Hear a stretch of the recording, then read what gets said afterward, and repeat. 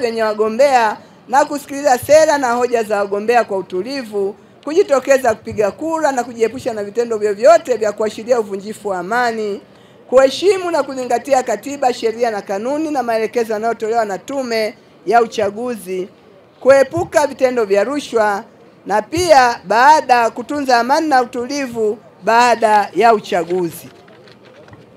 Ndugu kiongozi wa mbio za Mwenge, ziko kauli mbiu nyingi pamoja na kauli mbiu kuu zinazoendelea ambazo tumekuona kwa umahiri mkubwa ukiendelea kuzitolea elimu. Mojawapo ni kuzuia rushwa ni jukumu lako na langu, tutimize wajibu wetu.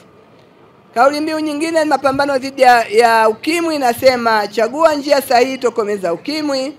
Nyingine ni mapambano dhidi ya dawa za kulevya kwa kauli inayosema kataa dawa za kulevya, timiza malengo yako. Nyingine ni mapambano dhidi ya malaria kwa kauli mbiu inayosema zero malaria, inaanza na mimi, inaanza na wewe, inaanza na sisi sote.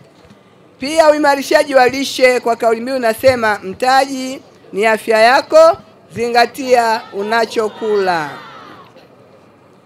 Ndugu kiongozi wa mbio za Mwenge, kauli mbiu hizi zote tumeendelea kuzifanyia kazi kwa umakini mkubwa kuhakikisha kuwa nchi yetu inabaki kuwa salama na ya amani.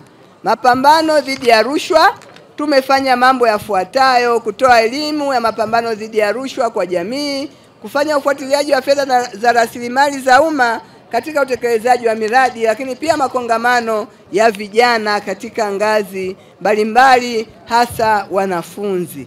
Kupitia hapo yako mafanikio yaliyotokea. Miradi 123 katika sekta ya ujenzi, maji na elimu imekaguliwa, imefuatiliwa yenye thamani ya shilingi bilioni 52.5. Miradi iliyobainika kuwa na utekelezaji hafifu TAKUKURU ilichukua hatua kuhakikisha marekebisho yanafanyika. Uchambuzi wa mifumo 43 na utoaji wa huduma imefanyika kwa lengo la kubaini mianya ya rushwa.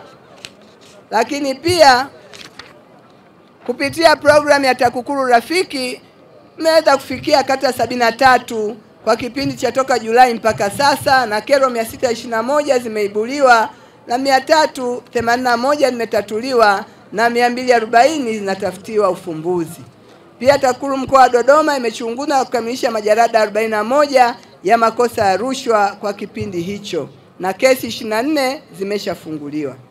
Ndugu kiongozi wa mbio za Mwenge, ndugu Ismail Aliusi, mapambano dhidi ya ukimwi pia yanaendelea kufanyika, ambapo kiwango cha maambukizi ya kitaifa ni 4.4, wakati mkoa wa Dodoma ni 3%. Wizara ya Afya kupitia mpango wa taifa wa kudhibiti ukimwi pamoja na mashirika ya kimataifa imeweka mikakati ya kupunguza kiasi cha maambukizi mapya kufikia 95% ya watu wanaoishi na virusi, pia 95% ya walioambukizwa wajue afya zao, na 95% ya walio wenye virusi waweze kuvifubaza.